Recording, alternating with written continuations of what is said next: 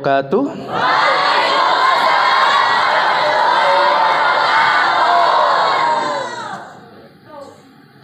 Alhamdulillah.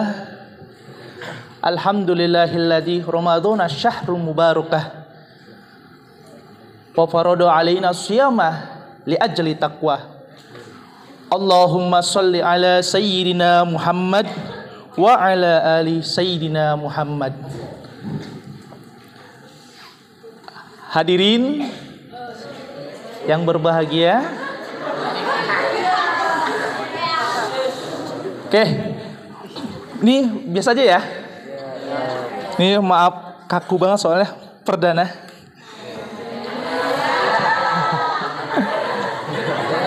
Oke, perhatikan baik-baik. Oke, pertama-tama mari kita ucapkan puji syukur kita kehadirat Allah Subhanahu wa taala yang telah memberikan panjang umur pada kita semua sehingga kita bisa berkumpul di Masjid Al-Maktum yang berkah ini. Kemudian salawat dan salam semoga tercurah kepada baginda Muhammad sallallahu alaihi wasallam yang telah membawa kita dari zaman gelap gurita sampai terang benderang, dari zaman onta sampai mobil Toyota, sehingga kita bisa membedakan mana yang hak dan mana yang batil. Oke. Sebenarnya bingung mau mengisi apa materinya, karena kalian insya Allah sudah paham, karena kalian penghafal Quran, jadi bingung madah yang harus siapkan apa gitu. Mungkin kalian ilmunya lebih banyak dibandingkan Ustadz pribadi, makanya hanya membahas beberapa aja ya. Ustadz akan membahas tentang 9 yang membatalkan puasa. Tapi dari 9 ini Ustaz tidak menjelaskan secara keseluruhan. Ya, hanya satu aja yang dibahas. Ya, yang keseharian kita, yang memang menurut kita itu apa ya? Mungkin dikira kita tuh biasa, ternyata di dalam puasa itu bisa membatalkan puasa. Nah, dari 9 ini Ustaz hanya menjelaskan satu, dari satu ini sebagi juga. Jadi nggak secara keseluruhan. Jadi semua serba separuh. Ya, karena mungkin waktu kita nggak cukup, nggak terlalu lama. Ya, oke, yang pertama apa sih yang membatalkan puasa itu? Yang pertama nih, Ustaz hanya menjelaskan satu aja ya. Sebenarnya 9, cuma Ustaz hanya menjelaskan satu saja. Pertama, memasukkan sesuatu ke dalam 5 lobang. Nah, lobang itu lobang apa aja sih? Perhatikan. Pertama itu lobang mulut. Kedua, lobang hidung. Ketiga, lobang telinga. Keempat, lobang buang air kecil. Keempat ya? Benar gak sih? Ya, dan terakhir lobang pembuangan air besar. Nah, mulut ini apa maksudnya? Apa yang dimaksud dengan lubang mulut? Ya, kayak perhatikan. Puasa itu dikatakan batal ketika dia menelan sesuatu. Jadi kalau seandainya hanya masuk mulut saja, itu tidak membatalkan. Tapi kalau ketelen, nah itu yang bisa membatalkan puasa. Contoh nih, ada permen nih. Antum taruh di mulut, batal nggak puasanya? Batal nggak? Puasanya tidak batal kalau tidak ditelen. Yang batal itu kalau ditelen. Kemudian, awas jangan salah paham, awas tar dulu ya. Takutnya antum salah paham, jangan kedip. Takutnya nanti salah menyimak. Ya. Kemudian, kalau Ustaz tanya gini. Air ludah itu kalau ditelan batal nggak sih? Lah tadi katanya yang ditelan batal. Oke. Air ludah itu tidak dikatakan batal dengan 3 syarat. 1, ludah sendiri. Ngerti? Jangan ludah orang lain gitu, enggak. Ya, jadi syaratnya ada 3. 1, ludah sendiri. Kedua, ini nih, perhatikan nih. Ludahnya tidak keluar dari mulut. Nah, maksudnya keluar dari mulut sini nih. Jadi kalau keluar di sini misalnya posisi ludahnya antum tarik ke dalam, nah itu yang bisa membatalkan puasa. Oke, yang ketiga, ludahnya itu masih asli. Asli maksudnya apa? Kalau ludahnya tercampur dengan tadi itu permen, ketika antum telan ternyata ludahnya sudah tercampur, maka itu yang membatalkan. Ngerti? Paham sampai sini? Nah, jadi ketika antum telan ternyata ludah antum itu sudah tercampur dengan yang lain, maka hukumnya membatalkan. Nah, itu baru 1 tuh. Paham sampai sini? Jadi nelen ludah itu hukumnya nelen ludah. Boleh nggak? Boleh. Asal kenapa tuh?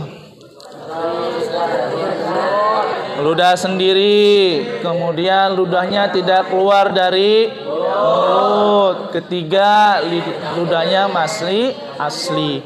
Oke, itu lubang yang pertama. Lubang kedua. Lubang kedua itu hidung. Nah, hidung itu maksudnya apa sih? Ngupil, apakah hukumnya membatalkan puasa?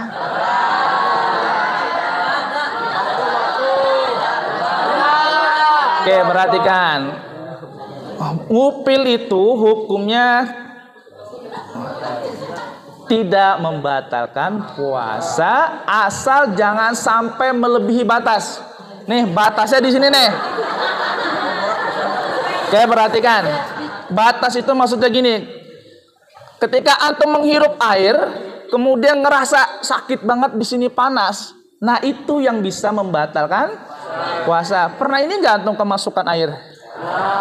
Nah, itu ketika sampai sini panas nih. Nah, itu yang bisa membatalkan puasa. Makanya berbahagialah kalian yang hobinya suka ngupil.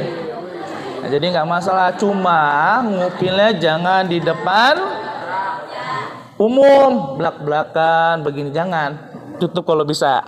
Ya kalau bisa jangan depan umum lah, ngumpet lah. Ya jangan ditampakin. Oke, yang ketiga, lubang telinga. Nah, gimana nih? Yang suka-suka ngorek kuping ada nggak? Ya. Oke, yang ngorek kuping tergantung. Kalau ngoreknya tidak terlalu dalam, maka hukumnya boleh. Tapi nih, sampai gimana batas masuk ke dalam? Pokoknya sampai di yang batas kelingking lampu.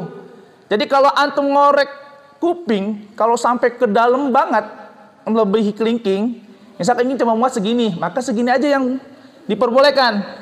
Tapi kalau sampai dalam banget, nah itu yang membatalkan puasa. Ngerti? Jadi boleh nggak? Tapi tergantung ya. Kalau antum masukin misalnya pakai tembat, masuk ke dalam banget, nah itu yang bisa membatalkan puasa. Paham sampai sini? Kemudian, nah kalau lubang ini saya kagak berani menjelaskan, ya. Kita kayaknya Ustaz hanya menjelaskan dari 5 ini, Ustaz hanya menjelaskan 3 saja. Kayak tadi nggak apa-apa dibahas dah. Yang kedua itu muntah yang disengaja. Kalau muntah yang nggak sengaja gimana?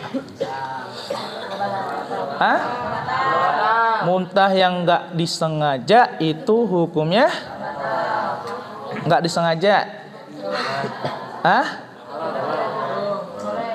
Nggak batal. Asal ketika antum muntah, nih yang nggak sengaja ya. Kalau sengaja jelas batal. Kalau nggak sengaja dengan syarat, nih ketika antum muntah ludahnya jangan kenapa? Tercampur. Karena ludahnya sudah tercampur. Gimana jadinya? Jadi ketika antum muntah itu langsung kumur. Nah, kalau sudah kumur-kumur, baru tuh ditelan ludahnya. Tapi dibuang sempurna ya. Jangan sampai ada sedikit air ditelan. Nah, bukan gitu maksudnya ya. Dibuang 100% antum yakin sudah hilang, antum telan. Nah, itu nggak masalah. Paham sampai sini? Nah, itu saja mungkin. Ya, udah belum sih? Takutnya sampai jam berapa? Takutnya kelamaan. Oke. Itu yang mungkin dalam sebenarnya ada tadi kan saya bilang dari 9 Ustaz hanya menjelaskan satu pun enggak secara full ya, karena bab yang itu mah nanti masalah internal aja ngebahasnya, jangan di ini takutnya salah, nanti takutnya antum jadi bercanda jadi mikir yang enggak nanti aja maksudnya. Makanya nanti dibahasnya ya putra-putra, putri-putri, soalnya kalau dibahas takutnya nanti pikirannya kemana-mana gitu, traveling gitu kan. Makanya nggak dibahas. Oke, kita loncat ke yang lain. Nggak apa-apa ya, loncat. Nah, ini nih buat kalian nih yang masih ada. Saya mau tanya nih, kalau pacaran itu puasa itu oke. Gimana kalau puasa tapi tetap pacaran?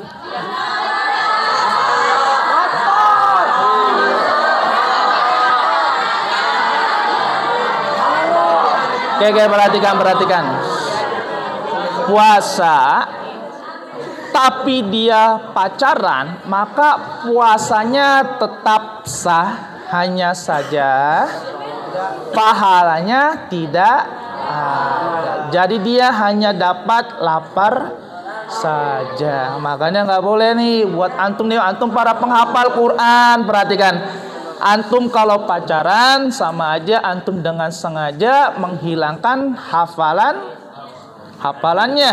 Ya, makanya sebisa mungkin gimana caranya hafalannya tidak hilang? Hindari hal-hal maksiat. Paham sampai sini? Ngerti? Nah, kalau bisa jangan ada yang punya pacar, nggak boleh ya. Zaman sekarang kayak orang nggak pacaran itu nggak gaul, gitu kan? Apa? Jomblo? Enggak gitu lah maksudnya. Ya, nggak boleh ya. Makanya hal sekarang tuh kalau orang nggak pacaran itu kayak, ih aneh banget sih. Zaman sekarang nggak punya doi gitu kan, kagak ada yang mesenin makanan. Nah, nggak boleh.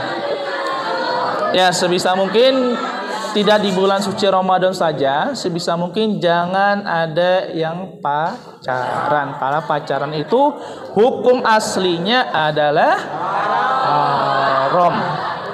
Paham sampai sini? Jadi nggak bisa sesuatu yang haram itu digabungkan dengan yang halal. Misalnya, Ustaz, pacaran kita kan syar'i, kita ikut ke masjid itu. Kalau ada acara-acara majelis kita hadir berdua, nggak bisa ya. Kita ngingetin sholat tahajud bareng, sholat berkagak ada ya, jadi hukumnya tetap haram. Oke, yang tadi Ustaz sedikit ketinggalan, yang masalah tadi ngorek kuping itu sebenarnya berbeda pendapat. Jadi kalau kata Imam Syafi'i itu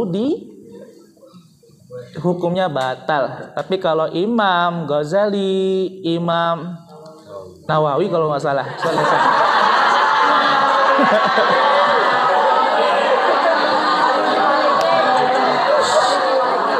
Imam apa? Bentar, Ustaz lupa soalnya. Ya. Takut salah, antum jadi ini.